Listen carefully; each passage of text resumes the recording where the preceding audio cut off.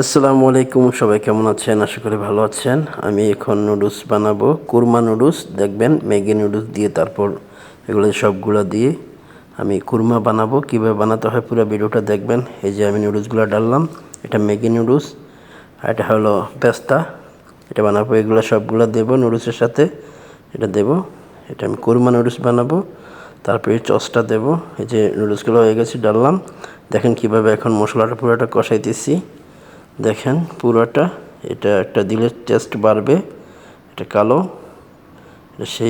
এটা মুরগির সাথে দেয়, এটা টেস্ট বাড়ানোর জন্য দিতেছি আমি কালো টোস্ট। এটা হলো, এটা আপনার হচ্ছে একটা সস, এটা দিতেছি, ডিমগুলা ডালতেছি।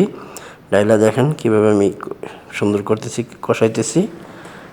লাড়তে হবে না, এর তো লাইগা যাবে, সেজন্য আমি অনবরত লাড়তেছি। দেখেন কীভাবে এই নুডলসটা খাইতে খুবই টেস্ট।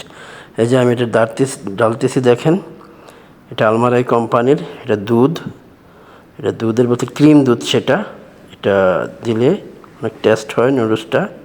দেন কীভাবে ঢাইলা বানাইতে হয় কুরমা নুডলস। এই যে আমি এখন পুরোটা আমার হয়ে গেছে, দেখেন সেই স্বাদ। আমি নুডলসটা ডালতেছি, এটা ম্যাগি নুডলসটা প্রথম দিতেছি, তারপর আমি এখন এগুলো ডালতেছি। দেখেন কিভাবে বানাতে হয়। এখন আমি এই নুডলসটা পুরো ডালবো।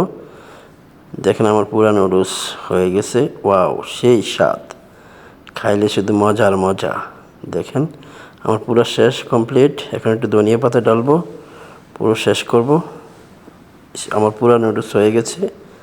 দেখেন পুরো। সকলে খাইতে বসলাম, ভালো থাকবেন, আল্লাহ হাফেজ, বাই।